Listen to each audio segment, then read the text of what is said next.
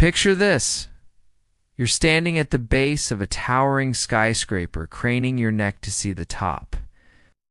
Now imagine that building represents America's wealth. You're on the ground floor, but a select few are lounging in the penthouse suite. That, my friends, is income inequality in a nutshell. It's a problem that's been growing for decades, and it's time we talked about it. Welcome to the Economy Unpacked Daily YouTube channel. From Wall Street to your street, we share the world of money in a clear way. Today, we're diving into the thorny issue of income inequality in the United States. It's a topic that affects every single one of us, whether we realize it or not. So buckle up, and let's unpack this economic roller coaster together. Income inequality isn't just about some people having more money than others.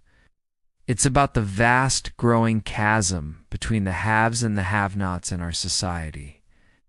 In the U.S., we're seeing a small percentage of people control an enormous share of the nation's wealth, while the majority of Americans are left struggling to keep up.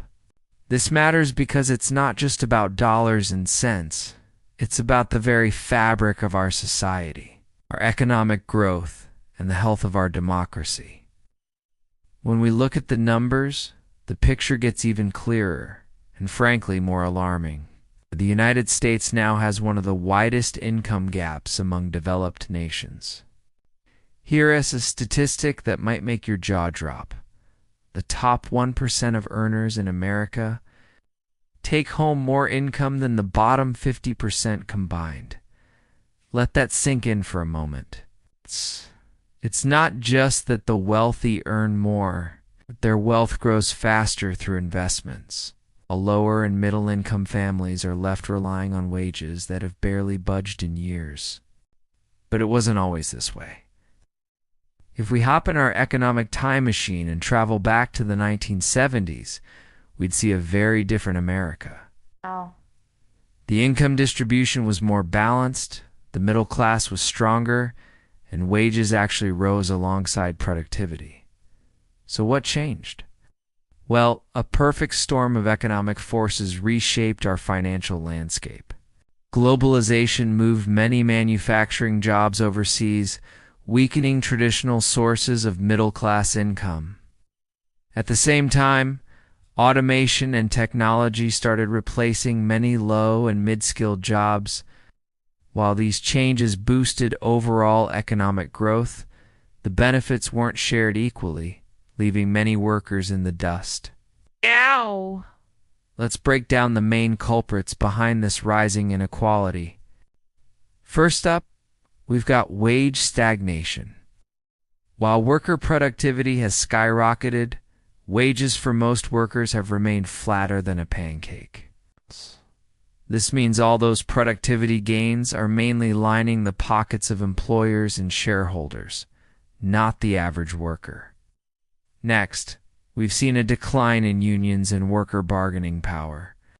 Unions once gave workers the collective strength to fight for fair pay and benefits. As they've weakened, employees have lost a crucial tool for negotiating their slice of the economic pie.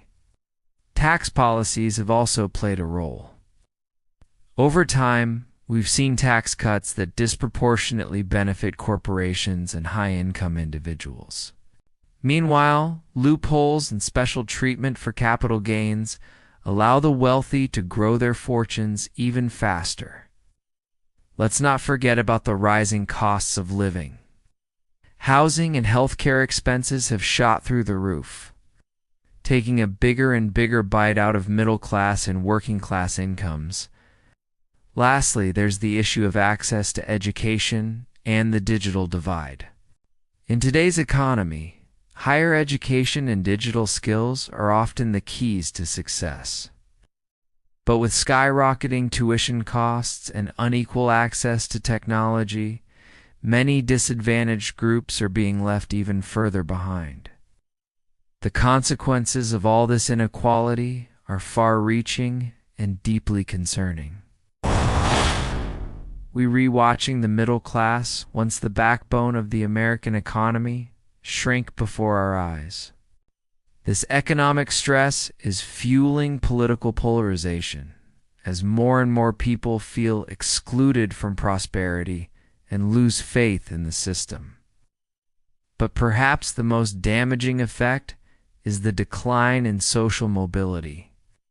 The belief that anyone can achieve the American dream through hard work is fading fast.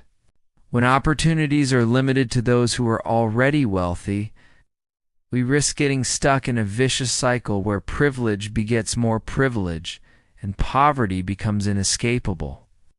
So, what can we do about it?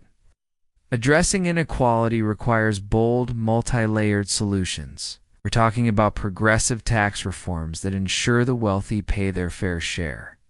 We need serious investment in public education and training programs to give people the tools they need to compete in the modern economy.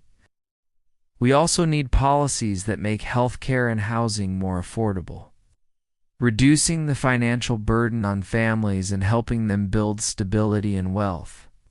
And let us not forget about strengthening labor rights. Supporting unions and collective bargaining can help workers demand fair wages and benefits. As we wrap up, it's clear that income inequality isn't just an economic issue. It's a societal challenge that threatens our long-term stability. If we don't address it, we risk deeper divisions and weaker growth for everyone. Solving this problem will take collective action from policymakers, businesses, and citizens like you and me. So, I want to hear from you. What are your thoughts on income inequality? How has it affected your life or your community? Share your perspectives in the comments below, and let's keep this important conversation going. Remember, a fairer economy isn't just good for those at the bottom. It's good for all of us. By working together to close the income gap, we can build a stronger, more prosperous America for everyone. Thanks for tuning in to Economy Unpacked Daily. If you found this video helpful, don't forget to like, subscribe, and hit that notification bell so you never miss an update on the world of money. Until next time, keep learning, keep growing, and keep striving for a fairer economic future.